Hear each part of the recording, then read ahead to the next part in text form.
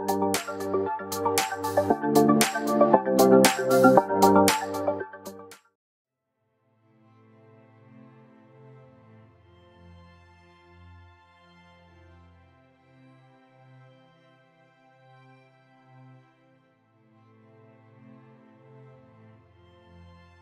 37 वचन. मग तो येऊन पाहतो तो ते झोपी गेले आहेत. मग तो येऊन पाहतो तो ते झोपी गेले आहेत. तो ते झोपी गेले आहेत. तेव्हा तो पेत्राला म्हणाला, तेव्हा तो पेत्राला म्हणाला, शिमोना, शिमोना, झोपी गेलास काय? झोपी गेलास काय? घटकाभरही तुझ्याने घटकाभरही तुझ्यानं जागृत राहले नाही काय? एकच वचन. प्रभू येशू ख्रिस्त वनस्तंभीत जाण्याच्या अगोदर म्हणजे काही वेळानं थोड्या वेळानं तो मरणार. आणि मला माहिती आहे की ज्या एखादा व्यक्ती मरतो माणुसकीच्या दृष्टिकोनातनं तो न्यायाधीश किंवा तो जज त्याला विचारत असतो की तुझी अंतिम इच्छा काय. आणि प्रभू येशू ख्रिस्त सुद्धा आता काही काळानं काही तासानं तो मरणार. आणि मरत असताना जी त्याची अंतिम इच्छा त्याने शिष्याला प्रगट केली आणि तीच अंतिम इच्छा आज देव आमच्या बाबतीमध्ये सांगत. कोणती अंतिम इच्छा? आणि पेत्राला कधी कधी जबाबदार होतो की येशू त्या ठिकाणामध्ये प्रार्थना करत असताना हा पेत्र झोपी गेला. पेत्र स्वतःला जागा ठेवू शकला नाही, परंतु पेत्र झोपी गेला असं नाहीये. कधी कधी आमचंही आध्यात्मिक जीवन अशा स्वरूपामध्ये असतं जी येशूची अंतिम इच्छा आणि ती अंतिम इच्छा त्यानं सांगितली पण किती लोक पूर्ण करायला नाही. कोण आहे व्यक्ती जी प्रभूला म्हणाले तुझी शेवटची इच्छा काय आहे? तेव्हा नंतर आमच्या एवढ्या मोठ्या इच्छा पूर्ण केलेल्या आहे. त्यानं आम्हाला चांगलं आरोग्य दिलं, कधी नोकरी दिलेली, काही लोकांच्या जीवनामध्ये आर्थिक आशीर्वाद दिले, कौटुंबिक आशीर्वाद दिले, पुष्कळ तुमच्या प्रार्थना ऐकलेल्या. कोण सुद्धा व्यक्ती या ठिकाणामध्ये की ज्याचं जीवन साक्षीने भरलेलं नाहीये. असंख्य साक्षी तुमच्या जीवनामध्ये आहे. जर मागच्या जीवनात तुम्ही डोकावलं, मागच्या वर्षामध्ये तुम्ही पाहिलं तर तुमच्याकडे प्रॉब्लेम्स होत नाही, नव्हतं असं नाहीये. अनेकांकडे समस्या, अनेकांकडे प्रश्न होते, परंतु प्रश्न असा उपस्थित आहे की त्या प्रश्नात देवाला तुम्हाला सोडलं पण एक घटका येशू म्हटलं घटकाभर तुला जाग राहता येत नाही का? जागा किती काळ राहायचं? फक्त घटकाभर. परंतु कित्येक वेळा आध्यात्मिक जीवन जगत असताना जी माणुसकी ख्रिस्ताला आम्हाला दाखवायची असते ती दाखवू शकत नाही. तो पेत्राला म्हणतोय तुला थोड्या वेळ माझ्यासाठी जागा राहता येत नाही का? आता आम्हाला पण जागा राहण्याचा समय. कोणता समय? कोणीतरी मगाशी प्रार्थना केली की तू लवकर ढगावरती बसून येणार. जागृत राहा. परमेश्वर ख्रिस्त लवकर ढगावरती बसून येणार आहे. आणि तो ढगावर बसून येत असताना फक्त एक घटका आमच्याकडे दुःख असतं. एक क्षण जागृत राहणं या शब्दाला जोपर्यंत आम्ही ओळखून घेत नाही तोपर्यंत मला नेमकं जागे हक्क झोपलेले कळणार नाहीये. तसं आम्ही सगळे जागे आहोत. आम्ही चर्चला येतो, आम्ही उपासना करतो, आम्ही प्रार्थना करतो, पण काही याला जागरूकता म्हटले नाही का? शहाण्या कुमारिका सुद्धा बायबल सांगतं की ज्या वर आला आणि वराचा आवाज त्यांच्या कानी पडलं ते पण जागृत झोपले. मूर्ख पण होत्या, त्याही जाग्याच होत्या. मग मूर्ख त्या शहाण्या कुमारी शहाण्याने मूर्ख का ठरल्या? त्या का त्यांना मूर्ख ठरवलं गेलं? वास्तविक पाहता दोघंही जागृत आहेत, दोघं पण जागे आहेत. पण त्यांची जी अवस्था, जी मूर्ख कुमारिकांची अवस्था आहे आणि त्यांची मूर्ख कुमारीची अवस्था जर तुम्ही पाहिली तर त्यांना वाटलं ते जागे आहेत पण तरी ते जागे नव्हते. सुनेम करीन म्हणत आहे माझा वल्लभ दार ठोकत आहे, त्याची वाणी माझ्या कानावरती पडत आहे, माझं मन जागृत आहे पण मला उठूशी वाटत नाही. ही तिची अवस्था आहे. कधी कधी आध्यात्मिक जीवनामध्ये आम्ही जाग्या आहोत का झोपलेल्या आहोत त्या मला आणि कळत नाही. आणि तसं पेत्राला मी दोष देतो. मी कित्येक वेळा त्या पेत्राचं जीवन वाचताना इथं आल्यावर मी थांबतो आणि मी विचार करतो का पेत्र थोड्या वेळ सुद्धा जागा राहू शकला नाही का? थोड्या वेळ त्याला जागा राहता आलं नसतं का? बऱ्याच वेळा मी पेत्राला त्या बाबतीत दोष दिलं, पण ज्यास मी काल त्या गोष्टीचा अभ्यास केला मी म्हटलं अरे नाही, पेत्र नाही, कित्येक वेळा आम्ही सुद्धा आध्यात्मिक जीवनामध्ये आमची जागरूकता नाहीये, आम्ही स्वतःची काळजी केलेली नाही का? मृत्यूच्या समयी सांगितलेली गोष्ट कटाक्षानं पाळण्यासंबंधानं आम्ही स्वतःला तयार केलं पाहिजे. येशू ख्रिस्त अंतिम मरणाच्या शय्येवरती सांगितली, जागृत राहा, जागे राहा. का जागे राहा? दुसऱ्या भाषेमध्ये त्याला असं म्हटलं की सावधान, अलर्ट करा स्वतःला, ताजतवाना ठेवा, फ्रेश ठेवा. ज्या दिवशी तुम्ही प्रभूचा स्वीकार केला त्याच दिवशी त्यानं तुमच्यावरती हल्ले करायला सुरुवात केली. ज्या दिवशी तुम्ही स्वीकार केला. देवाचं काम एवढं साधं नाही, आध्यात्मिक जीवन एवढं साधं सोपं नाही. ज्या व्यक्ती तुम्ही ख्रिस्ताचं जीवन स्वीकारता, तो लुसिफर तुम्हाला तसंच ते जीवन आणि जीवनामध्ये पुढे जाऊ देणार नाही. त्या दिवसापासून तुमच्यावरती तो हल्ले करणार आहे. त्या दिवसापासून तो तुमच्या आणि तुमच्या पाठीस लागणार आहे. मग आम्ही जागे आहोत का? नेमकं जागं राहणं म्हणजे काय वाचणार आहोत? पहिली गोष्ट आम्ही पाहूया, उत्पत्तीचं पुस्तक 28 अध्याय 16 आणि 17 वचन. पेत्रानं म्हणतो, घटकाभर सुद्धा तुला जागं राहता येत नाही का? घटकाभर आम्ही कसं जागं राहू? खरंच मी घटकाभर जागा आहे का? उत्पत्तीचं पुस्तक 28 अध्याय 16 आणि 17 वचन वाचूया. उत्पत्तीचं पुस्तक 28 अध्याय 16 आणि 17 वचन. मग याकोब जागा होऊन म्हणाला, खरोखर या ठिकाणी परमेश्वरानं मला कळले नव्हते. परमेश्वर या ठिकाणामध्ये आहे हे मला कळले नव्हते. तो भयभीत होऊन म्हणाला, तो भयभीत होऊन म्हणाला, किती भयप्रद स्थळ आहे, किती भयप्रद स्थळ आहे. हे प्रत्यक्ष देवाचे घर, प्रत्यक्ष देवाचं घर, स्वर्गाचे दार आहे. स्वर्गाचं दार आहे. जागं राहणं म्हणजे काय? स्वर्गाचं दार पाहणं. किती लोकांनी स्वर्गाचं दार पाहिलं? किती लोकांचं लक्ष त्या स्वर्गाच्या दाराकडे लागलेलं आहे? किती लोकांना असं वाटतं की देवाच्या राज्यामध्ये चालत असताना, त्याच्या सानिध्यात, त्याच्या समक्षतेमध्ये माझं जीवन समर्पित केलेलं असताना माझं लक्ष स्वर्गाच्या दाराकडे जर लागलं तर मग पुन्हा मी जगातल्या गोष्टी आत्मसात करेल का? जो कोणी स्वर्गाचं दार पाहतो, शास्त्र सांगतं, त्यानं स्वर्गाचं दार पाहिलं आणि तो घाबरला. घाबरणं म्हणजे पापाविषयी जागृत होणं. प्रिया, एखादा व्यक्ती जर घाबरला म्हणजे तो पापाच्या दंडाला घाबरतो, पाप करण्यापासून स्वतःला सावरतो. कधी कधी एक व्यक्ती आपल्याला एक सुंदर गिफ्ट देतं आणि मग तो आमच्या मुलाला आम्ही बक्षीस देताना घड्या बक्षीस देतो, त्याला सांगतो व्यवस्थित हाताळ बघ, सांभाळ. आणि मग तो मुलगा ते घड्याळ सांभाळतो समजा जमिनीवर पडून ते फुटलं. मग तर अरे बापरे, आता माझं काही खरं नाही. का? कारण त्याला माहितीये जर घड्याळ फुटलं तर माझी आई, माझे वडील मला मारणार आहे, हीच त्याच्या मनामध्ये असणारी भीती. का? त्यानं गुन्हा केला म्हणून तो जागा झालेला आहे. ज्या व्यक्तीला स्वर्गाचं दार दिसतं तो जागा आहे. काय तुम्हाला स्वर्गाच्या दाराविषयीचं आकर्षण आहे का? तुमचं लक्ष स्वर्गाच्या दाराकडे लागलं का? अजूनही आमच्या मनामध्ये जग आणि जगाचं आकर्षण इतकं भयानक ठासून बसलेले की मी स्वतःला विसरण्याच्या ऐवजी मी आणि देवाला विसरून चाललेले. देवाचं घर मला दिसत नाही. बायबल सांगतं, वास्तविक पाहता याकोब जो आपल्या भावापासून पळालेला आहे. त्याचं ध्येय काय होतं की जी काही संपत्ती, जो ज्येष्ठपणाचा अधिकार आहे तो मला मिळाला पाहिजे. या जगात आम्ही सुद्धा स्वार्थानं धावत आहोत. रोजची रोजी रोटी, परिवारामध्ये धावत आहोत, कुटुंबात धावत आहोत, आम्ही सगळीकडे धावत आहोत. पण धावताना तुमचं स्वर्गाचं लक्ष कधी जाऊ देऊ नका. स्वर्ग ही तुमची अंतिम गोष्ट आहे. या अंतिम गोष्टीकडे लक्ष लावत असताना जगामध्ये कधी गुरफटून जाऊ नका. प्रिया, जे जग अगदी गंधकासाठी राखून ठेवलेलं आहे, स्वर्गाचं राज्य जर तुम्हाला मिळवायचं त्याच्यासाठी तुम्हाला नितांत प्रयत्न करावे लागणार. शास्त्र सांगतं पुष्कळ जण जाण्याचा प्रयत्न करतील पण त्यांच्याच्यानं जावणार नाही. का जाऊ शकणार नाही ते स्वर्गाच्या राज्यामध्ये? स्वर्गाचं दार दिसल्याशिवाय मला तिथं पोचता येणार नाही. तो जागा झाला आणि तो हो किती भयप्रद हे प्रकारचं स्थळ आहे, कारण त्यानं परमेश्वराची समक्षता अनुभवली. जागे आहात, मग परमेश्वराची समक्षता आता तुमच्या जीवनामध्ये कुठे आहे?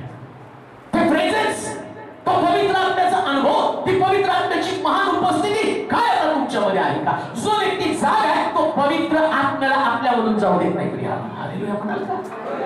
तो पवित्र आत्मा, ज्या पवित्र आत्म्याने मी भरत होतो, मी प्रार्थना करत होतो, ज्या पवित्र आत्म्यानं मी गीत गावत होतो, ज्या पवित्र आत्म्यानं मी संदेश देत होतो, तो पवित्र आत्मा माझ्यामध्ये आहे का? म्हणून म्हटलं देह अशक्त आहे पण आत्मा मात्र उत्सुक आहे. आता आत्म्यामध्ये ती उत्सुकता आहे का? का तुमच्यातलं देवाचं सानिध्य निघून गेलं का? कोणत्या कारणानं?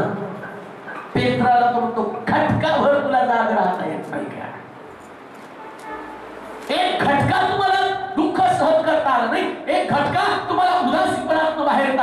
नाही का? कधी कधी पवित्र आत्म्याला विझवण्याच्या गोष्टी तुमच्या जीवनामध्ये घडणार आहेत.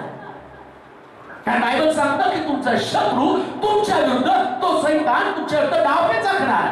त्याला तो काही तुम्हाला असं पेटतं राहू देणार नाही. पवित्र आत्मा आल्याबरोबर पवित्र आत्म्याला विझवण्याची शक्ती तो असणार आहे अवतीभोवती. आणि पवित्र आत्म्याला विझवण्याची शक्ती तुमच्या भोवती कार्यरत असताना या आत्म्याला जाग ठेवण्याचं काम तुम्हाला करावं लागणार आहे. किती वेळ होतो? घटकाभर. म्हणजे सुरुवातीला तुम्हाला सांगतो प्रॉब्लेम तुमच्याकडे होते.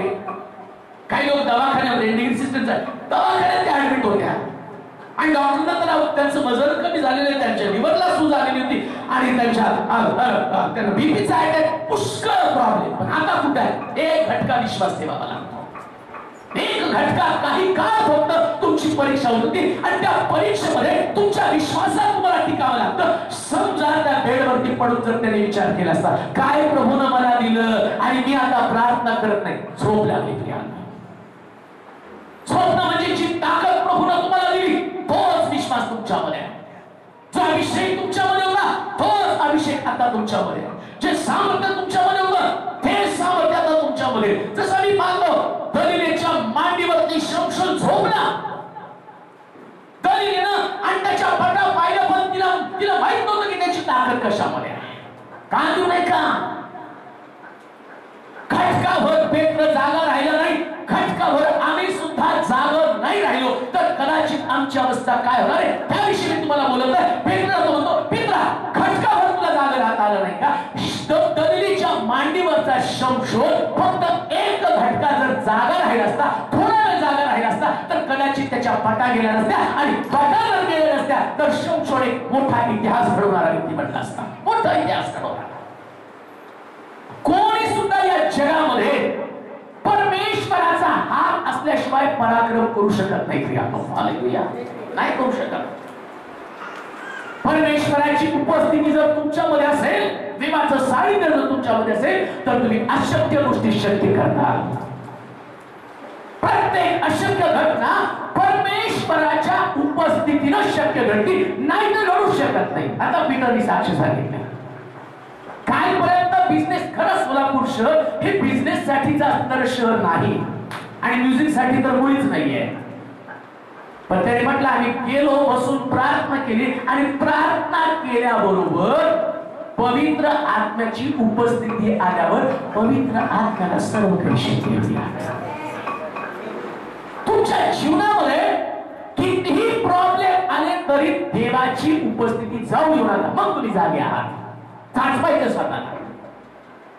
तो आतमध्ये जो आग आहे ती आग तशीच आहे का? ती आग आता कमी झालेली आहे. आतमध्ये देवाविषयीचा उत्साह, देवाविषयीचं प्रेम तेवढंच आहे का? पहिल्यासारखं प्रेम माझ्यामध्ये नाही. मग समजायचं पेत्रासारखं तुम्ही झोपलेले आहात. पेत्राला दोष नाही देऊ शकत आहे. येशू ख्रिस्त डोंगरावरती प्रार्थना करतो आणि पेत्र मात्र त्या ठिकाणावर त्यानं झोप काढलेली. अलर्ट राहा. तुमचा शत्रू गरजणारा सिंहासारखा कुणाला खावं कुणा घेऊन टपलेला आहे. कुणाचा नाश व्हावा, कुणामधलं देवाचं सानिध्य काढून टाकावं याच्यासाठी तो टपलेला आहे. देवाचं सानिध्य जगातली सगळ्यात मूलभूत गोष्ट आहे. कदाचित तुमचे गेलेले पैसे तुम्हाला परत मिळतील, पण गेलेलं देवाचं सानिध्य तुम्हाला परत मिळणार नाही. नाही मिळणार. त्या हरेगावमध्ये आम्ही गेलो, तिथे एक सिस्टर प्रार्थनेला दरवर्षी गेल्यावर जेव्हा मी जाईल त्यावेळेस ते आम्हाला भेटतात. यावेळेस गेल्यावर ते म्हणते, पाळील साहेब तुम्ही मागच्या वेळेस पण आला होता आणि म्हणजे त्यांना कळलं ब्रदरने सांगितलं की पास्टरचा वाढदिवस आहे. हॉटेलमध्ये घेऊन गेले, तिथं बसले. पण त्या सिस्टरचं वैशिष्ट्य, ज्यावेळेस त्यांनी त्यांच्या त्या दुकानाला ते ग्रीन लावलेलं होतं आणि काय झालं, नेमकं एक दिवशी चोर त्यांच्या दुकानामध्ये शिरला आणि सगळी मोलवान घड्याळ, जवळजवळ 25 लाखाची घड्याळ ते घेऊन गेले चोर. आणि जाताना सगळ्या चोरांनी ते बॉक्स तिथे टाकले, डोक्याला हात लावून बसले आता काय करायचं. आणि मग त्यांच्या लक्षात आलं आपण त्याचं इन्शुरन्स काढलेलं होतं. इन्शुरन्स कंपनीकडे गेले, इन्शुरन्सचे लोक आले, सर्वे केला, सगळं पाहिलं आणि त्यांची घड्याळ त्यांना मिळाली. मी का तुम्हाला सांगत आहे, पैसा येऊ शकतो पण देवाचं सानिध्य येऊ शकत नाही. या जगामध्ये प्रत्येक गेलेली गोष्ट मिळू शकतो. उधळ्या पुत्र परत एकदा आपल्या बापाच्या घरी गेला, मुलगा गेला परत माघारी आला. दावी हाडला योगाच्या जीवनामध्ये जे त्याचं आलं, सगळं गेलेलं परत आलो.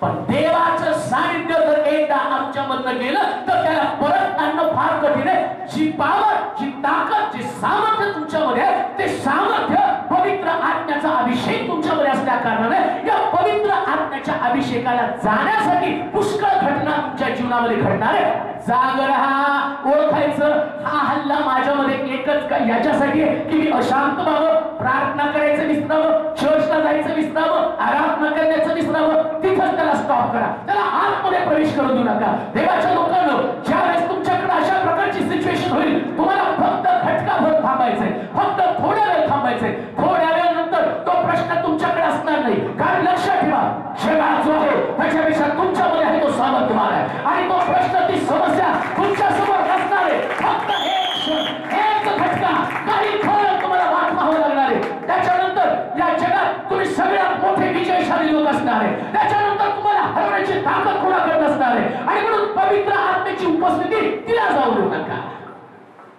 मित्रा, खटकावर जागा राहता आलं नाही का? शमशनात थोडा वेळ तुला जागा राहता आलं नाही का? एक घटका, दाविदाला तेवढी एक घटका जर पाळली असती ना, समजा खिडकीत डोकावल्यावर त्यानं त्याचे डोळे बंद केले असते पुन्हा, किंवा पुन्हा प्रार्थनेकडे आला असता, तर ती खटका टळली असती, तर दाविदाला ती प्रार्थना करावी लागली नसती. तो त्याच्या प्रार्थनेमध्ये तो म्हणतो, माझ्यामध्ये पुन्हा एकदा नवीन आत्मा तू घाल. किती भयानक गोष्ट आहे. माझ्या शरीराचं, माझ्या मनाचं पुन्हा एकदा तू नवं जीवन आणि पुनर्जीवन कर, मला नवीन जीवन तू दे. का? कारण त्याच्यातली पवित्र आत्म्याची उपस्थिती केलेली आहे. पवित्र आत्म्याच्या उपस्थितीला जाऊ देऊ नका. त्या घटनेपासून, त्या प्रसंगापासून पळा. त्या प्रसंगाला तुम्ही स्वतःला सावरा आणि तुम्ही म्हणा, नाही ह्या सैतानाचं नाव घेतलं, त्याचा हल्ला आहे आणि तो मला काय करत आहे, त्या प्रॉब्लेम मध्ये अडकून ठेवत. सैतानाचं लक्ष एकच आहे, तुम्ही त्या समस्येमध्ये, सिच्युएशन मध्ये इतका अडकून जावं, तुम्ही दुसऱ्या कोणत्या गोष्टीचा विचार करू नये. त्याला नाही वाटत तुम्ही प्रार्थना करत, त्याला नाही वाटत तुम्ही आनंदानं आणि प्रभूच्या सानिध्यामध्ये उभं राहावं, त्याला नाही वाटत तुम्ही आनंदी असावं, त्याला नाही वाटत तुमच्या जीवनामध्ये अनेक आशीर्वाद यावे. अहो, तो प्रयत्न करणार, तो काही तुम्हाला असं सोडणार आहे का? नाही. त्याला माहितीये की जर तुम्ही आत्म्याने भरला, का देऊ नये का? 120 लोक मारीवरती एकत्र जमले, पण त्या सगळ्यांपेक्षा येशूचं लक्ष अगोदर जर कुणाकडे गेलं असेल तर पेत्राकडे. आणि पेत्राला त्यानं जाग केलं. पेत्रा, लक्षात ठेव, सैतानानं तुला पाखडण्यासाठी मला मागून घेतलेलं आहे. चाळावं म्हणून, तुला पाखडावं म्हणून मागून घेतले, तर त्याला जागा राहण्याचा इशारा केलेला आहे. का सैतानानं त्याला मागून घेतलं? बाकी थोमालाकडे मागून घेतलो, युहन्नाकडे मागून घेतलं, मग पेत्राला मागून घेण्याचं कारण काय? का त्याचं लक्ष पेत्राकडे जास्त होतं? का त्या सैतानानं त्याला मागितलं, चॅलेंज केलं, याला मी पाखडतो, याला मी चालतो आणि मग तो तुझा शिष्याकडे ठरवतो. त्याला माहितीये 120 लोक माडीवरती एकत्र जमल्यावर जर पेत्र आत्म्यानं भरला ना, याच्या एकाच उपदेशामध्ये 3000 लोकांचं तार होणार आहे. हे सगळं त्या सैतानाला माहितीये. लक्षात ठेवा, तुमच्यातला अभिषेक गेला तर 3000 लोक तारापासून वंचित राहणार आहे. 3000 लोक तुमची वाट पाहत आहे.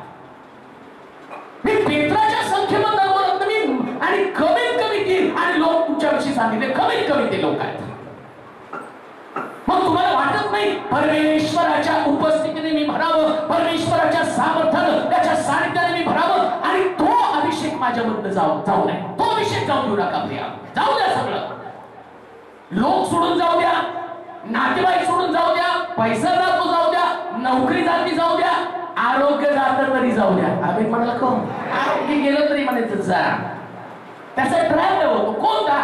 वेगवेगळ्या पद्धतीनं तुम्हाला निराश, तुम्हाला खिन्न, तुम्हाला कष्टी, तुम्हाला त्रासलेलं, तुम्हाला दुःखी, तुम्ही पिडलेले, त्याच विवंचनेमध्ये तुम्ही राहावं. आणि त्याच विवंचनेमध्ये राहिलं की तो सैतान म्हणतो, अरे मी याला झोपवलं. आणि म्हणून कित्येक लोक म्हणतात, आता जीवन नकोस वाटतं, कायमची झोप दे देवा. आणि परमेश्वर म्हणत आहे, ईश्वर म्हणतो, जागृत राहा. आणि कोणाचा प्रश्न आहे? कुठल्या समस्येमध्ये तुम्ही चालले आहात? त्या समस्येला देवाच्या सानिध्यापेक्षा जास्त महत्व देतात का? त्या प्रश्नाला, त्या निराशेला तुम्ही त्याच्यापेक्षा जास्त महत्व देतात का? त्याला महत्व देऊ नका. योबानं आपल्या जीवनात ना मुलांना महत्व दिलं, ना पैशाला महत्व दिलं, ना आरोग्याला महत्व दिलं, मग कशाला महत्व दिलं? तो म्हणला देवाचं सानिध्य माझ्यामध्ये असलं मी सगळं मिळवले. तो जागा राहिला, जो जागा राहतो तो दुप्पट मिळवतो. जर जागे राहिला दुप्पट मिळवणार. आज जे प्रश्न आहेत ते प्रश्न तुम्हाला हलवण्यासाठी नक्की आहेत, पण जर प्रश्नामध्ये स्थिर उभं राहाल, विजय तुमचा आहे, विजय तुमचा आहे. तुमचा विजय तुमच्यापासून कोणी काढू घेऊ शकत नाही. कारण यहोवा निसी परमेश्वर माझी विजयाची फळ त्याला तुमच्यामध्ये राहू द्या. तो म्हणतो याकोब म्हणत आहे, अरे किती भयप्रद स्थळ आहे, इथं परमेश्वराची उपस्थिती आहे.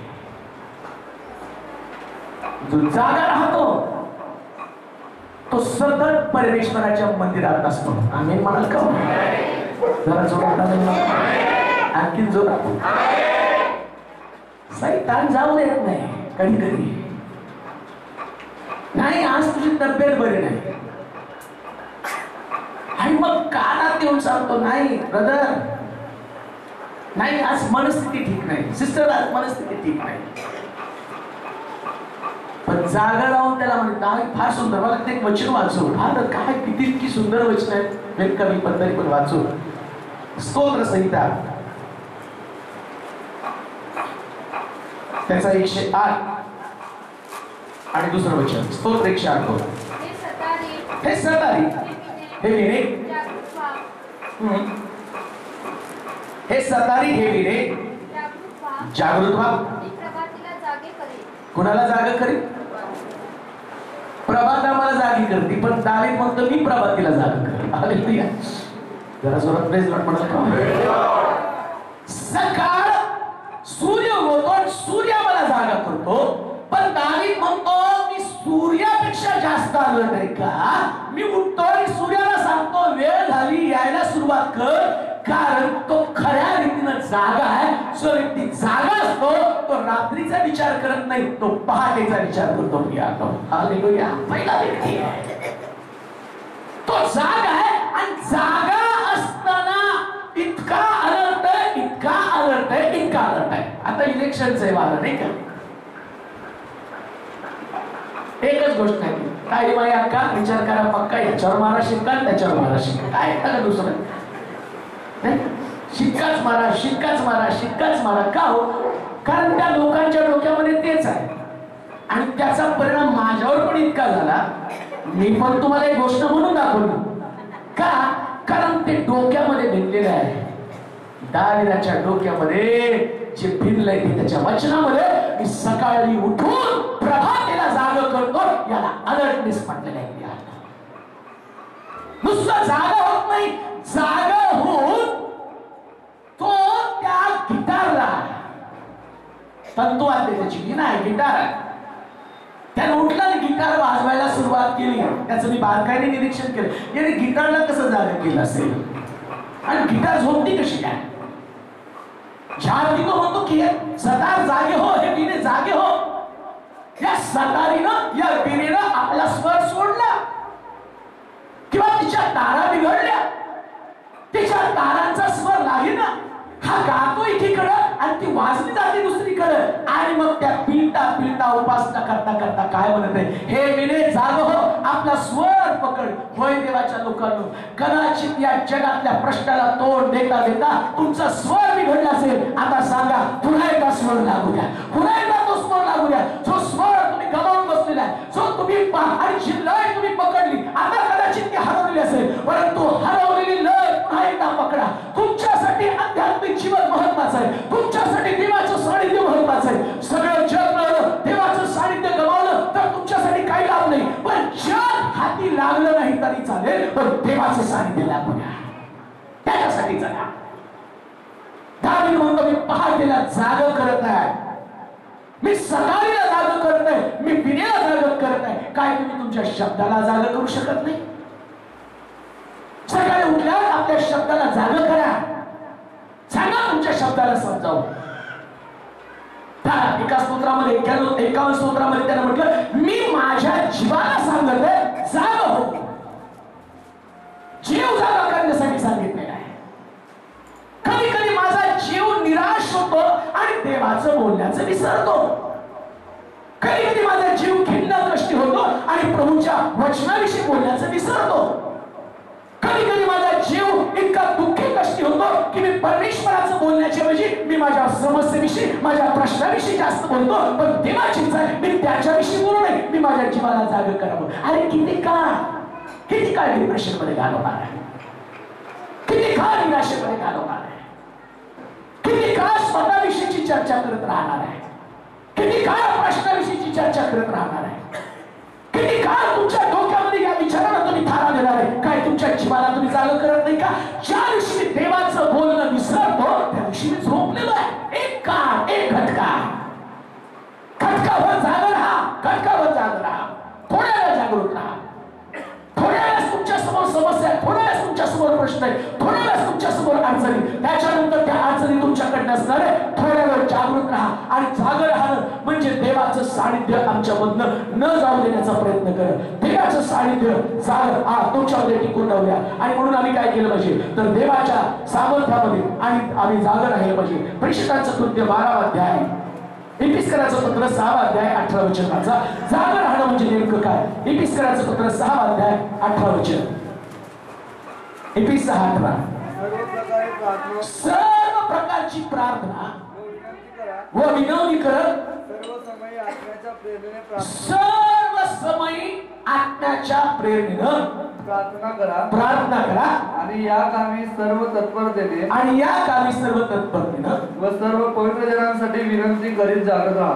जागर राहणं म्हणजे पवित्र जनांसाठी प्रार्थना करा, खटकाभर प्रार्थना करा. जो व्यक्ती जाग आहे तो पवित्र जनांसाठी प्रार्थना करतो. तुम्ही म्हणाल कशा काय पवित्र जनांसाठी प्रार्थना करायच्या आहोत? आम्ही झोपलेलो आहोत, फक्त आमच्यासाठीच प्रार्थना करतो. मला आरोग्य दे, मला जीवन दे, मला नोकरी दे, माझ्या मुलाला नोकरी दे. आमची प्रार्थना भाकर येणं जाणं सुरक्षित कर, इथं गेलो तू तिथं आमच्या संख्येला नोकरी दे. सगळं जगी प्रार्थना, पण जो खरा जाग आहे तो पवित्र लोकांसाठी प्रार्थना करतो, सेवकांसाठी प्रार्थना. का सेवकांना प्रार्थनेची गरज आहे? खटकाभर थोडा वेळ आता फक्त राहिलेला आहे आणि थोडा वेळ राहिलेला असताना आता सैतान सेवकांना सोडणार नाही. अच्छे दिन आएंगे भाई, अच्छे दिन की शुरुआत बुरे दिन से होने वाली है. सुवार्ता प्रसार आता पूर्वी इतका सोपा राहणार नाही. सुवार्ता प्रसार देवाचं वचन सांगणं आता पूर्वी इतकं सोपं राहणार नाही. तुम्हाला माहितीये सध्या सेवक लोक इतक्या भयानक प्रकारच्या त्रासातून चाललेले आहेत ना. कोणत्या वेळी कोणत्या सेवकावर कसा हल्ला होईल सांगता येत नाही. जाग राहा. तुमच्या प्रार्थनेशिवाय एकही सेवक सेवा करू शकणार नाही. तुम्ही तर म्हणता की प्रभू तुझं लवकर येणं होऊ दे. देव 100% सुवार्ता प्रसार जगाच्या कानाकोपऱ्यात माझं वचन पोहोचल्याशिवाय येणार नाही. आणि मग सेवकांना तिथे घेऊन जावं लागणार आहे. आणि सेवक जर सेवा करायला निघाला मग तो सैतान त्याला जाऊ देईल का? तो म्हणेल का होय फार मोठं तू काम करत आहे तुझा. मला वाटतं तुमच्या प्रार्थनेची ताकद काय ते सांगण्यासाठी एक वचन वाचू, त्याच्याने तुम्हाला जास्त स्पष्ट समजेल. प्रेषितांचं कृत्य 12वा अध्याय 1 ते 7 पर्यंत वचन एक चांगला माहिती होतं. प्रेषितांचं कृत्य 12वा अध्याय आणि त्याची 1 पासून 7 पर्यंत वचन चांगला. त्या सुमारास हेरोदाच्याने मंडळीतल्या काही जण छळावे म्हणून त्याच्यावर हात टाकला. काही जणांना छळावं म्हणून त्यांच्यावर हात टाकला. आणि योहानाचा भाऊ याकूब याला त्याने तलवारीने जीवे मारले. याला त्यानं तलवारीने जीव मारलं. हे यहुदी लोकांना आवडले हे यहुदी लोकांना आवडलं असून असं पाहून तो पेत्रालाही धरण्यास पुढे सरसावला. ते बेखमी भाकरीचे दिवस होते. हा बेखमी भाकरीचे दिवस होते. त्याला धरल्यावर त्याने त्याला तुरुंगात ठेवलं आणि त्याच लटकेला त्याच्या रखवाली करता त्याला शिपायांच्या 4 चौकट शिपायांच्या 4 चौकडीच्या स्वाधीन केलं. बलांडन सण झाल्यावर त्याला लोकापुढे बाहेर आणू असा त्याचा बेत होता. याप्रमाणे पेत्र तुरुंगात पहाऱ्यात होता. पेत्र तुरुंगात पहाऱ्यात होता. परंतु त्याच्याकरिता देवाजवळ मंडळीची प्रार्थना एकाग्रतेने चालू होती. हेरोद त्याला बाहेर आणणार होता. त्या रात्री बेड्या घातलेला असा पेत्र दोघा शिपायांमध्ये निजला होता. पहारेकरी दरवाजा पुढे पहारा देत होता. तेव्हा पहा प्रभूचा दूत त्याच्याजवळ उभा राहिला. जागृत राहून प्रार्थना केल्याचं सामर्थ्य 2000 वर्षापूर्वी कार्यरत झालं. आता 2000 वर्षापूर्वी ख्रिस्ती लोकांमध्ये यहुदी लोकांमध्ये हा सुवार्ता प्रसार आहे. त्यावेळेस सुवार्ता एवढी अवघड होती. आता आम्ही अशा राष्ट्रामध्ये आहोत की राष्ट्रामध्ये इथं प्रभूला ओळखणारे लोक किंवा देवाच्या जवळ जाणारे लोक कमी आहेत आणि सुवार्तेला विरोध करणारे लोक आहेत. मग त्यावेळेस मंडळीचं प्रार्थनेचं सामर्थ्य एवढं होतं की मंडळी इकडं पेत्र बंदी शाळेमध्ये असतानाची ते घटका कोणती घटका तो घटकाभर जागला. आता पेत्रला त्या गोष्टीचं महत्व कळलं असेल की ज्यावेळेस येशू त्याला म्हटला घटकाभर जागा राहा. आता येशूने त्याला बंदीशाळेत टाकलं आणि बंदीशाळेत टाकल्यावर येशूला पेत्राची प्रार्थना सोडवू शकली नाही, कारण त्याच्यासाठी प्रार्थना करणारं कोण नव्हतं. पण आता पेत्र बंदीशाळेमध्ये पडला, मंडळी त्याच्यासाठी प्रार्थना करत येते. खटका महत्वाची आहे. सेवक लोक सेवा करत आहे, त्या खटकेला तुमची प्रार्थना सेवकांचा बचाव करणार आहे. सारी तुमची प्रार्थना नाही, जाग रहा. या सैतानाच्या डावपेचा विरुद्ध आम्हाला आमचे डावपेच आखायचे म्हणून इतिहासाच्या पत्रामध्ये मी वाचलं की तिथं म्हटलं की त्याचे डावपेच याच्या समोर तुम्हाला टिकाव धरता येण्यासाठी देवाची शस्त्र सामुग्री धारण करा. आणि देवाची शस्त्र सामुग्री कोणती? आणि सेवकांसाठी प्रार्थना करावी, आमची शस्त्र सामुग्री द्या. एवढी सुंदर मीटिंग झाली, सगळी मुलं तिथं होती, खूप सुंदर. आणि गावामध्ये इतकं जबरदस्त मीटिंग झाली. आणि त्या मीटिंग मध्ये एक मुद्दा मी मांडला. देवानं आदामाला आपल्या प्रतिरूपाचं केलं आणि हवेला आदामाच्या फासळीपासून तयार केलं. आदाम देवाच्या प्रतिरूपाचा असल्या कारणानं तो फसला नाही, पण स्त्री फासळीपासून केल्यानं ती फसली. देवाच्या प्रतिरूपाचा आपण असायला पाहिजे हा मुद्दा घेतला. आणि म्हटलं देवाची इमेज, देवाचा स्वभाव आहे. आणि देवाचा स्वभाव काय? ईश्वर म्हणतो मी आणि पिता एक आहे, आम्ही दोघं एकमेकाच्या संगती चालतो, एकमेकाला मिळवून राहतो. साधं सोपं सिद्धांत मी तिथं मांडला. ऐकलं सगळे मीटिंग संपल्यावर एक करून आला, प्रार्थना किती महत्वाची आहे का? पवित्र जनांसाठीच्या प्रार्थनेविषयी तुम्हाला सांगत आहे. पास्टर आहे, कन्फ्युजन आहे. म्हटलं बोल. उत्पत्ती 1:27 मध्ये सांगितलं देवाने नर आणि नारी अशी बनवली, तुम्ही तर म्हणता फासळीपासून बनवली. मी म्हटलं अरे नर आणि नारी अशी बनवली, एका दिवशी दोघांना बनवलं. मग आदाम देवाच्या प्रतिरूपाचं आणि मग हवा आदामाच्या प्रतिरूपाचं. म्हटलं अरे काय लॉजिक वापरतोस? समजा आदाम देवाच्या प्रतिरूपाचा, हवा आदामाच्या प्रतिरूपाचं. आता जरी तर्क जरी तू लावलास तर देव आणि मनुष्य हे दोघं मेल आहेत, दोघांचे अवयव सेम आहेत. आता तू जर तर्काप्रमाणे विचार केला तर ती कशी देवाच्या प्रतिरूपाची? देवाविषयीचं शरीर आणि माणसाचं शरीर सारखं असेल, पण देवाचं शरीर आणि हवेचं शरीर कसं सारखं असेल? हे लॉजिक वापर. आणि दुसरी गोष्ट उत्पत्ती 1:27 मध्ये तसं लिहिलं तरी सुद्धा तिथं फक्त टायटल दिलं, पण स्त्री कशी निर्माण केली हे तुला पुढे दिसतंय की दुसऱ्या अध्यायामध्ये गेल्यावर देवानं त्याला आकार निद्रा आणली आणि मग काही कालखंड गेला, आदाम नावं ठेवत गेला आणि देवानं पाहिलं मनुष्य एकटा असा बनवलं बरोबर. आणि मग त्यानं काय केलं? अनुरूपची सहकारी निर्माण केली. परंतु नाही माझं कन्फ्युजन का?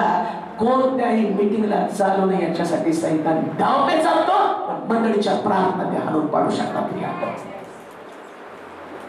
हे प्रार्थनेची सेवा करणं गरज आहे. जागे राहा.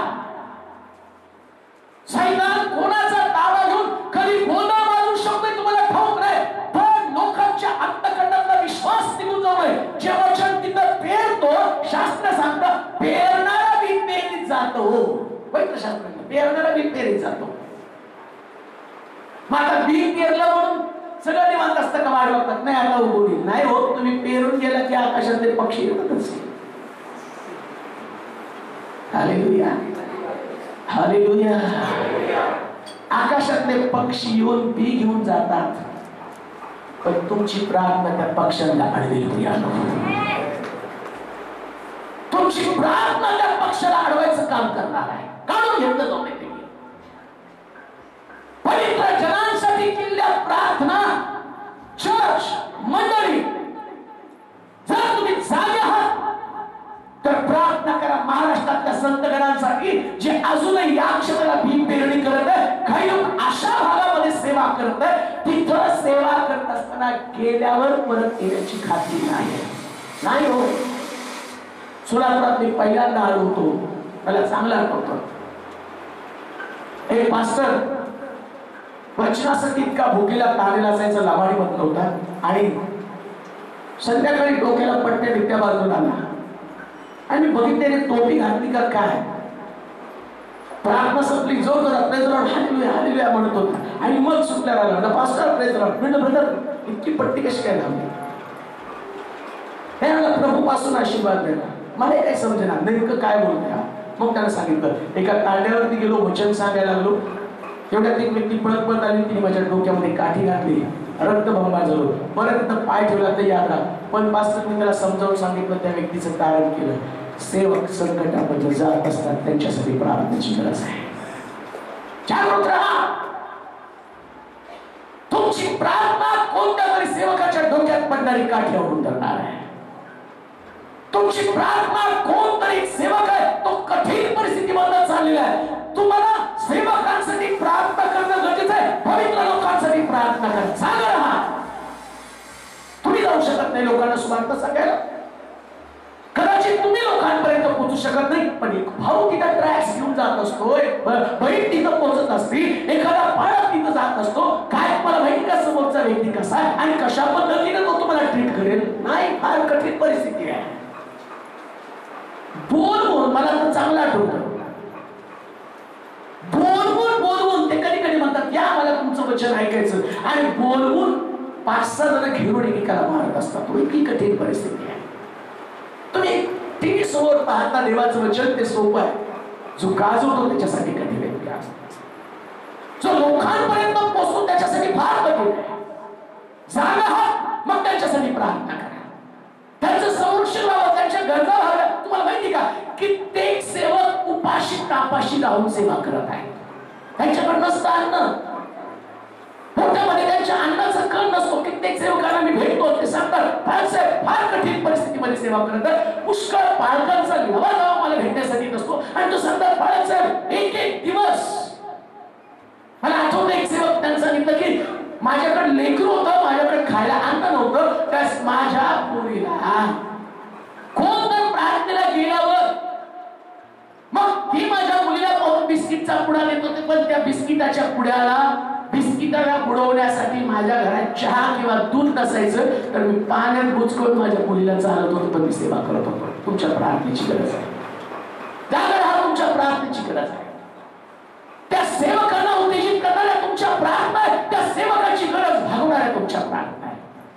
त्या सेवकाला कठीण परिस्थितीमध्ये लढण्याची ताकद देणाऱ्या तुमच्या प्रार्थना आहे. जसं पेत्राला मंडा बंदिशाळेमध्ये टाकल्यावर पेत्र त्या गुन्हेगार लोकांच्या संगतीमध्ये होता आणि मंडळी त्याच्यासाठी प्रार्थना करत होती, म्हणून परमेश्वरानं दूत पाठवून त्याची सुटका केली. काय तुमची प्रार्थना कोणाची सुटका करणार नाही का? एक सेवक हा सतत युद्धभूमीवरती असतो, आणि त्या युद्धभूमीवर मी नाही म्हणत फक्त मी हा एक सेवक तुमच्या समोर असू देऊ नका. असंख्य सेवक नरभक्षक लोकांमध्ये सेवा करत आहेत. भयानक प्रकारच्या पीडा देणाऱ्या लोकांच्या ताब्यात ते पडत आहे. भयानक प्रकारच्या पीडा. फार सुंदर सिंग क्रिकेटमध्ये पहिल्यांदा सुवार्ता सांगण्यासाठी गेल्यावर त्यांना पकडलं, खूप मारलं, आर्धवेला करून त्यांना टाकलं आणि म्हटलं इथं परत पाय टाकायचं नाही. आणि ते म्हटले की शुद्धीवरती आले, ते म्हटले प्रभू जिवंत ठेवलंस का? मला वाटलं मी मरणार. माझा प्रवास संपेल. परत उठले, परत त्याच गावात गेले ज्या लोकांनी त्याला मारलं. त्यांनी उचललं आणि त्यांना पुन्हा एकदा ज्या विहिरीमध्ये प्रेत टाकतात त्या विहिरीमध्ये त्याला टाकलं. जिथं सडलेली प्रेत, ज्या ठिकाणामध्ये लोक सडून गेलेले, ज्या ठिकाणामध्ये किडे, ज्या ठिकाणामध्ये दुर्गंधी, ज्या ठिकाणामध्ये भयानक प्रकारचा आणि वास आहे, अशा त्या खड्ड्यामध्ये त्यांना टाकलं. आणि साधू सुंदर सिंग तिथं पडले. ते वाट पाहतो वरून झाकण लावून टाकलं. परत त्या व्यक्तीने बाहेर येऊ नये. कोणीतरी त्यांच्यासाठी प्रार्थना करत होती. जसं पेत्राला देवानं त्यातनं बाहेर काढलं, साधू सुंदर सिंग म्हणतात कोणीतरी आलं, त्या विहिरीचं झाकण, त्याचं लॉक काढलं, छप्पर काढलं, दोरी सोडली आणि त्या दोरीला धरून मी बाहेर आलो. पाहतो तर काही ती व्यक्ती गायब झाली. का हो? कोणीतरी प्रार्थना केली, देवदूतांनी सुरू केली. जागर हा जागृत राहा. तुमची प्रार्थना सेवकांना पाठबळ देणारी प्रार्थना आहे. जी मंडळी जागी ती सेवकांसाठी प्रार्थना करत आहे. कधी सुद्धा आध्यात्मिक जीवनामध्ये स्वतःचा विचार करायचा नसतो. कारण या जगामध्ये आम्ही जगण्यासाठी आलो नाही, आम्ही स्वार्थ प्रसार करण्यासाठी आलो. या जगामध्ये आम्ही पारिवारिक जीवन, स्वतःचं जीवन जगण्यासाठी आलो नाही. या जगामध्ये सैतानाच्या विरोधात लढण्यासाठी आम्ही आलो नाही. आणि त्या सेवकाला शास्त्र सांगतं त्याचं लढाईचं शस्त्र कोणतं? प्रार्थना हे एक शस्त्र आहे. होय देवाच्या लोकांनो, जर तुम्ही सतत त्या लोकांसाठी प्रार्थना कराल, माझा विश्वास आहे प्रभूच्या आगमनासाठी तुम्ही प्रार्थनेच्या द्वारे तयारी करत आहात. स्वार्थ प्रसार 100% विजन असू द्या. मंडळी, चर्च, आता तुम्ही जागा. आमचं सोलापूर शहरातलं चर्च, आमचं विजन एक शहर नव्हे. आम्हाला राज्य, राज्यानंतर देश आणि देशानंतर जगापर्यंत पोहोचायचंय. पण इथपर्यंत पोहोचण्यासाठी अलर्ट राहून प्रार्थना करायला सुरुवात करा. आता 1 वर्ष प्रार्थनेत घालावं. काय फेब्रुवारी रेडिओवर आपण चाललो, काय साधी गोष्ट आहे का? मग काय तिथपर्यंत थांबायचं का? त्याच्या पुढे जायचं. मरण कुणाला चुकलेलं नाही. पेत्रासाठी तर लोक प्रार्थना करतो, ते कान देऊ नाही का? अलर्ट नाही, जाग राहणं काय? त्याच्यासाठी प्रार्थना केली, पेत्रासाठी प्रार्थना केली. पण स्टेफन ज्या सुवार्ता सांगत होता त्याच्यासाठी प्रार्थना करणारे लोक नव्हते. परिणाम काय झाला? बायबल सांगतं त्याचं रक्त पडलं, तो मेला. तुम्ही जर प्रार्थना केली नाही तर कोणातरी सेवकाचं रक्त पडणार आहे. साठी प्रार्थना करणारं कोणतरी असतं तर त्याची लेकरं जळत नसती त्या गाडीमध्ये. साठी कोणी जर प्रार्थना केली असती तर आपल्या परिवारासमवेत, लहान लेकरासमवेत निष्पाप निर्दोष व्यक्ती खोसा बनून त्या ठिकाणात पडला नसता. इतकं प्रार्थनेची गरज आहे. जागा राहा, प्रार्थना करा त्या लोकांसाठी. जे लोक युद्ध भूमीवरती युद्ध लढत आहे, सेवक सेवा करत आहेत, त्यांच्यासाठी प्रार्थना करा. प्रार्थनेची गरज आहे. सकाळी उठा, आपल्या आभार प्रदर्शन, आपल्या विनंत्या देवासमोर सादर करा. त्याला म्हणा जसं दानियल सिंहाच्या गुहेमध्ये पडलं त्याच्यासाठी प्रार्थनेची गरज होती. चंद्रात मेषक अबेदnego भट्टीत पडलं त्याच्यासाठी प्रार्थनेची गरज होती. येशू ख्रिस्त मला स्तंभावरती चालला त्याच्यासाठी प्रार्थनेची गरज होती. म्हणून तो पेत्राला म्हटला, पेत्रा जाग राहा, थोड्या वेळ जाग राहा, नंतर मी तर मरणारच आहे, पण तुझी प्रार्थना कदाचित मला सहनशक्ती उत्पन्न करेल. तुझी प्रार्थना कदाचित मला युद्ध लढण्यासाठी मदत करेल. देवाच्या लोकांनो, काय तुम्हाला वाटत नाही का अशाच पद्धतीचं युद्ध लढत असताना तुमच्या प्रार्थनेनं ते सेवक लोक मजबूत व्हावे. मजबूत करणाऱ्या प्रार्थना करा, सेवकाला मजबूत करणाऱ्या प्रार्थना करा. जाग राहा आणि प्रार्थना करा. प्रार्थनेची गरज आहे. सेवा त्यावेळेस वाढती ज्यावेळेस प्रार्थना वाढती. ज्यावेळेस लोक प्रार्थना कमी करतात त्या सेवा ठप्प होती. प्रार्थना ही तुम्हाला लढवती आणि प्रार्थना सेवा करणाऱ्याला सुद्धा लढवती. पण पवित्र शास्त्र सांगतं एक शस्त्र आहे. ज्याच्याकडे शस्त्र आहे तोच युद्ध करू शकतो. ज्यांच्याकडे शस्त्र नाही ते युद्ध करू शकत नाही. फक्त थोडा वेळ. किती वेळ? आजचा एक दिवस प्रार्थना किती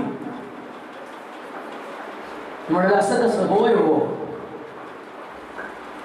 उद्या तो सेवक तरी नसेल नाही तर तुम्ही तरी नसता कदाचित त्याला तरी कोणतरी मारून टाकेल किंवा प्रभू तुम्हाला तरी घेऊन जाईल एक घटका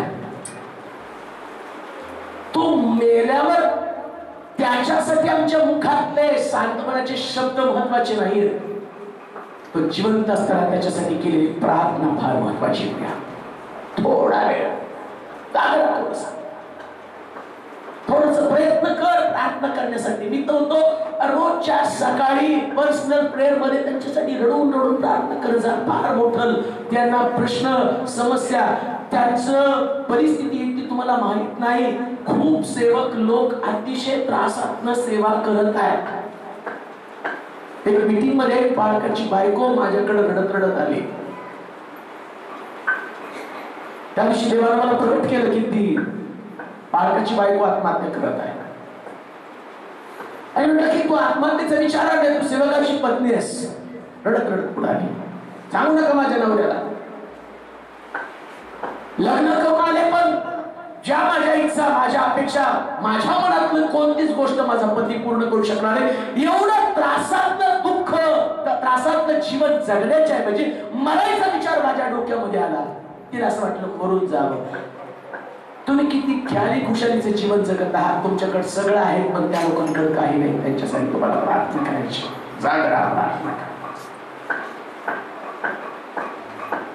कित्येक पाळत लोकांची लेकरं त्यांना आजारपणात मदत करायला सुद्धा कोणी नाही तुम्ही त्यांच्यासाठी मदत करू शकत नसाल कमीत कमी प्रार्थना तर करावं देवाने त्यांच्या लेकरांना तुम्ही तुमची लेकरं आजारी पडल्या तर कामाची सुट्टी तरी घ्याल गव्हर्नमेंट तुम्हाला पगार तरी देईल किंवा तुम्हाला मदत करणारं कोणीतरी असेल त्याला मदत करणारं सरकार पण नाही नातेवाईक पण नाही पण तुमची प्रार्थना त्याला मदत करणारी प्रार्थना असेल जागरूक राहा प्रार्थना करा सेवा करता येत नाही पण आम्हाला प्रार्थना करता येते तुम्ही म्हणा मी प्रार्थना करत नाही बाकीचे लोक प्रार्थना करतात नाही तुझ्याच प्रार्थनेने तो वाचणार मी तो व्यक्ती आहे कदाचित मी जर त्यांच्यासाठी प्रार्थना केली तर माझ्या प्रार्थनेनं तुमच्या प्रार्थनेने तो वाचणार आहे सैतानाच्या विरोधात लढण्यासाठी तुमची प्रार्थना हे प्रभावी हत्यार आहे एक्सप्लोजिव्ह जबरदस्त प्रकारचं स्फोटक आहे प्रार्थना कशा प्रकारची शक्ती आहे बायबल सांगतं ही प्रार्थनेची ताकद मी फार एक्साइटेड आहे वाचल्यावर एक बॉम्ब स्फोट झाल्यावरच लोखंड तुटतं हालेलुया मंडळीकडे प्रार्थना करत असताना असा स्फोट झाला पेत्राचे साखळदंड गळून पडले आणि त्या जेलचे दरवाजे सुद्धा तुटले म्हणून मी म्हणतो प्रार्थना हे फार मोठं स्फोटक आहे आणि ते स्फोटक जर मंडळीकडे असेल तर मला असं वाटतं महाराष्ट्र हलून जाईल जगाच्या कानाकोपऱ्यात माझं वचन पोहोचलं जाईल आज मंडळी झोपलेली आहे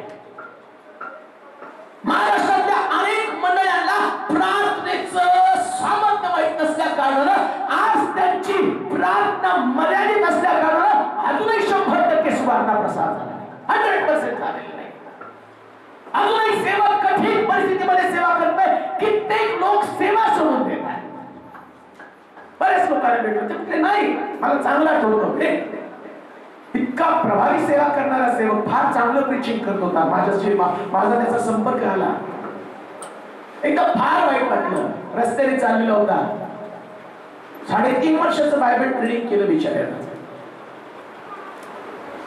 रस्त्याने चाललेला होता आणि त्याच्या सायकल वरती भंगारची पिशवी होती इतकं सुंदर प्रीचिंग मी स्वतः त्याचं प्रीचिंग ऐकलंय मळलेले कपडे आणि त्या अवस्थेमध्ये मी त्याच्याकडे पाहिलं त्याला एकदा भेटल्या विचारलं का रे पास्टर कुठपर्यंत स्ट्रगल करू कुठपर्यंत विश्वास ठेवू कधीतरी गिवअप करावंच लागतं तुमच्या प्रार्थनेने त्याचं गिवअप टाळलं असतं प्रियांनो त्याच्या पाठीमाग भंगार नसतं देवाचं मौल्यवान वचन असतं. फक्त तुमच्या प्रार्थनेच्या द्वारे प्रार्थना करा त्या लोकांसाठी. प्रार्थना करा. तुमचा शत्रू जेवढा प्रबळ आहे त्या प्रबळ शत्रूला लढण्याची ताकद, त्या प्रबळ शत्रू विरुद्ध आणि लढण्याची ताकद तुमच्या प्रार्थनेमध्ये. शेवटचा एक मुद्दा वाचूया. का जागे राहणं गरजेचं आहे? मंडळीमध्ये प्रार्थनेचं सामर्थ्य असणं गरजेचं आहे. पहिले पेत्र 5 अध्याय 8 वचन वाचा. पहिले पेत्र 5 अध्याय 8 वचन. सावध असा, सावध असा, जागे राहा, जागे राहा, तुमचा शत्रू शैतान विश्वासात सावध असा, सावध असा, जागे राहा, जागे राहा, तुमचा शत्रू शैतान तुमचा शत्रू सैतान हा गरजणाऱ्या सिंहासारखा गरजणाऱ्या सिंहासारखा कोणाला गिळावे कोणाला गिळावं हे शोधित फिरतो. काय करते हो? काय करत फिरत हो? तुम्ही सगळे इथं बसला पण सैतान तिथं बसलेला अजून. कशाला हो? भुके नाही लागतो भरपूर. 2000 वर्ष त्याला खायला काय मिळालं नाही. हालेलुया. आणि तो काय करत आहे? कोणाला खावं, कोणाला गिळावं, कोणाचा नाश करावा, कोणाला तोडावं. मग कोणाला तोडणार आहे? तिथं समज जागड हा विश्वासात तुमच्या शत्रू शैतान हा. हा गरजणाऱ्या सिंहासारखा गरजणाऱ्या सिंहासारखा कोणाला गिळावे कोणाला गिळणारे होतो. काय जागड राहणं गरजेचं आहे? खटकाभर जागड राहणं गरजेचं आहे. का? जे विश्वासात कमजोर असणार आहे त्यालाच तो खाणार आहे. प्रश्न तुम्हाला खाऊन टाकू नये याच्यासाठी जागं राहा. काय विश्वासामध्ये कमजोर पडत चालला का? विश्वासाची ताकद कमी पडू लागली का? तुमचा विश्वास टिकून ठेवण्यासाठी तुम्हाला जागं राहावं लागणार आहे. म्हणून सुरुवातीपासून थोडा वेळ खटकावं. 1 दिवस 2 दिवस त्याच्यानंतर तुमचाच आहे. एक प्रसंग टाळला पाहिजे. विश्वासाचा एक प्रसंग, एक सिच्युएशन आहे. शद्रक मेशक अबेदnego त्या भट्टीमध्ये एकच प्रसंग. एक तर भट्टीत पडावं लागेल किंवा राजा सांगतो तसं मूर्तीला दंडवत घालून परत एकदा त्यांच्या बरोबर एन्जॉय करावा करता येईल. बायबल सांगतं त्याने ती घटका इतकी बारकाईनं हाताळली. राजा तो म्हणतो या भट्टीतनं सोडवायला माझा देव समर्थ आहे, पण राजा तू सांगितलेल्या मूर्तीला मी दंडवत करणार. एक घटका, फक्त एक क्षण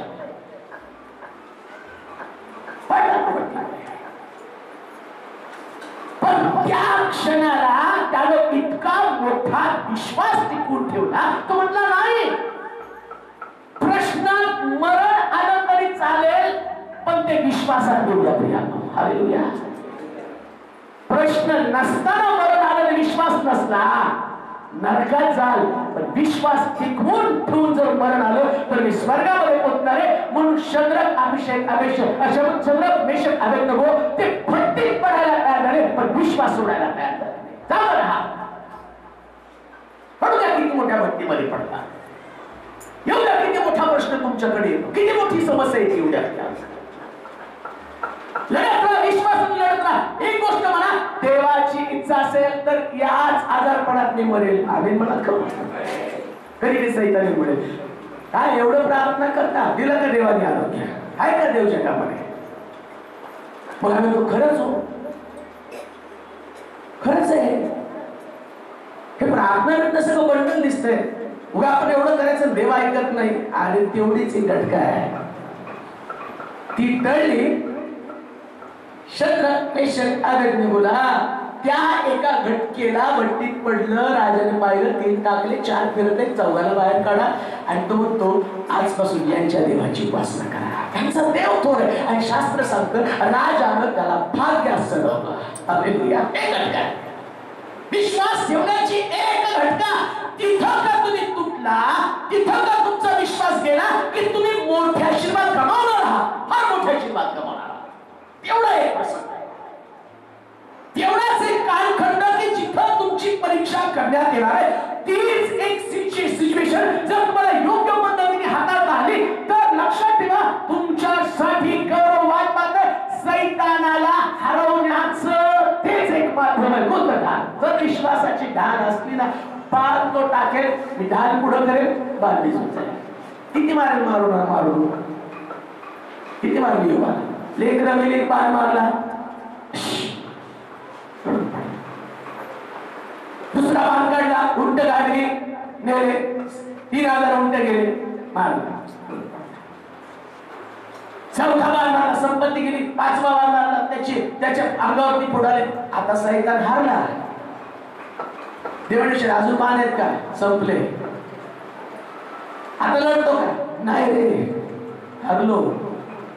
विश्वास न सैतानाला हरवाऊया. एक खटका, एक क्षण, एक बाण. म्हणून फार सुंदर असते काय, नजर हवी दुर्घटना. हे एक प्रसंग आहे. स्टेरिंग वर बसला म्हणून रोहितला नेताना आम्ही चालू पुढं, नजर हवी दुर्घटना घडली. त्याला सारखं बोलतो ठेवतो, मागच्या नंतर बसा. हालेलुया. नजर हटी. ये प्रसंग जरा विश्वासात नजर हटली, दुर्घटना घडली, खड्ड्यात पडलो.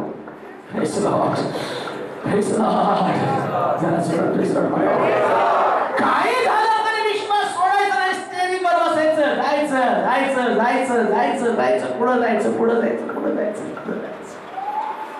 एक ठण, एक परवा ते गेले ते गोव्याला. आपला तो मुलगा तिथं पडला. तर स्पॉट इतका खतरनाक आहे, पण लोक बघायला जातात, जाऊन बघून परत येतात. का हो? कारण ते बघणं फार चांगलं आहे. आमचा विश्वासाचा स्पॉट तसाच आहे. तिथून जाऊन आलो ना, मग कळतं अरे फार सुंदर गोष्टी पडल्या. नजर हटी, दुर्घटना घडली. आपल्या ध्येयावरती नजर, लक्ष केंद्रित करा. ध्येय कोणतं? फक्त प्रभू मिळवणं हे ध्येय.